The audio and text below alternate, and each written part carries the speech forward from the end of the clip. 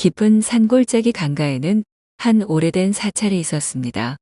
이곳에는 고요한 성품을 지닌 스님이 살고 있었고, 그는 작은 수행자들이 모여들기 전까지 혼자서 명상과 수행을 이어가고 있었습니다. 그의 일상은 단순했지만 마음의 평화로 가득 차 있었습니다. 어느 날 큰 도시에서 온 한 상인이 스님을 찾아왔습니다. 그는 세상의 재물과 지위를 모두 가졌으나 마음은 항상 불안정하고 걱정으로 가득했습니다. 스님, 저에게도 마음의 평화를 찾는 법을 가르쳐 주십시오. 상인은 스님에게 간절하게 요청했습니다. 스님은 상인의 눈빛에서 근심을 읽으며 조용히 말했습니다.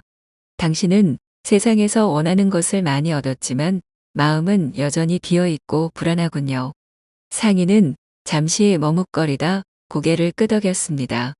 그렇습니다. 재물을 얻고 명예를 쌓았지만 이상하게도 마음이 채워지지 않습니다. 이곳에서 잠시 머물며 수행을 해보는 건 어떻겠습니까? 스님은 상인에게 제안했습니다.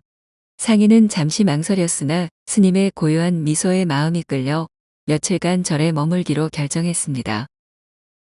상인은 스님과 함께 사찰에서 단순한 일과를 함께하며 평소에 익숙하지 않았던 명상과 고요함 속에서 하루하루를 보냈습니다. 아침이면 스님과 함께 강가에서 물을 깃고 저녁이면 사찰의 작은 정원을 정리했습니다. 모든 것이 느리게 흐르는 듯했지만 어느새 그의 마음속에서도 조금씩 평화가 스며들기 시작했습니다. 어느 날 저녁, 상인은 스님에게 물었습니다. 스님, 모든 것을 내려놓고 평화롭게 살 수 있는 비결은 무엇인가요? 스님은 잠시 생각하더니 작은 미소를 지으며 말했습니다. 우리 마음은 흙탕물과 같아서 계속 휘젓는다면 언제나 탁해진다네. 하지만 가만히 두면 점차 흙이 가라앉아 맑아지지.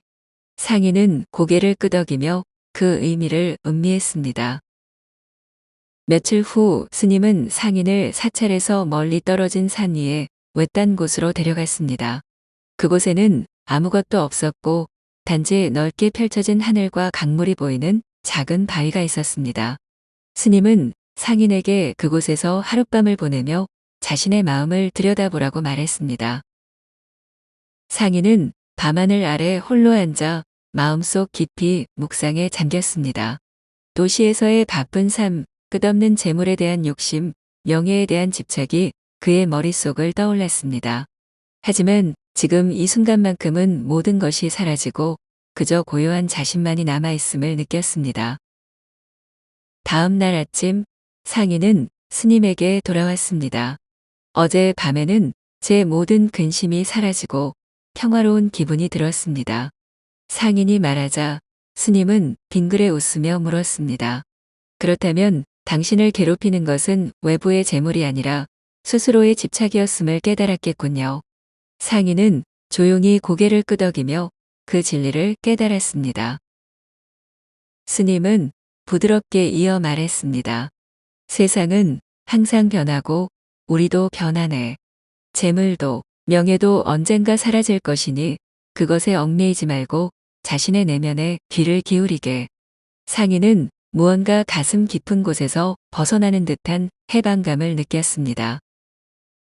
며칠 뒤 상인은 스님의 가르침에 깊은 감사를 표하며 다시 세상으로 돌아가기로 결심했습니다. 스님, 세상에 돌아가더라도 이 가르침을 마음에 새기며 살아가겠습니다. 스님은 상인을 고요히 바라보며 웃었습니다. 당신이 언제나 평온한 마음으로 살아가기를 기도하겠습니다. 도시로 돌아온 상인은 이전과 다른 마음으로 사람들과 마주했습니다. 손님이 물건을 살 때마다 더 이상 집착하지 않았으며 거래가 이루어지지 않더라도 마음의 동요 없이 그 순간을 받아들였습니다. 그는 매일의 일상 속에서 스님의 가르침을 떠올리며 무소유와 평온의 삶을 살아가려고 노력했습니다. 상인은 또한 가족과의 시간에도 마음의 평온을 유지했습니다. 아이들과의 작은 일상 속에서 행복을 찾았고 아내에게도 재물보다 중요한 것이 있음을 깨닫게 해주었습니다. 그의 마음은 이전과는 전혀 다른 여유와 고요함으로 가득 차게 되었습니다. 이후로 상인은 마을 사람들에게도 스님의 가르침을 전하기 시작했습니다. 재물과 명예에 집착하지 않고 지금 이 순간을 소중히 여기는 법을 가르쳤습니다. 상인의 이야기는 많은 사람들에게 큰 울림을 주었고 그들 또한 삶의 소소한 행복을 찾기 시작했습니다. 한편 스님은 여전히 산속 사찰에서 명상을 이어갔습니다.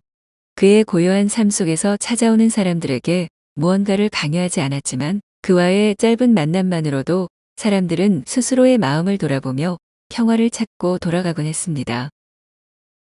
스님은 언제나 강물 위에 잔잔한 물결처럼 고요한 마음을 유지하며 그 자리에 있었습니다. 그의 가르침은 강물처럼 조용히 세상 속으로 스며들어 모든 사람들에게 잠시 멈추어 자신을 돌아보는 평온함을 전해주었습니다.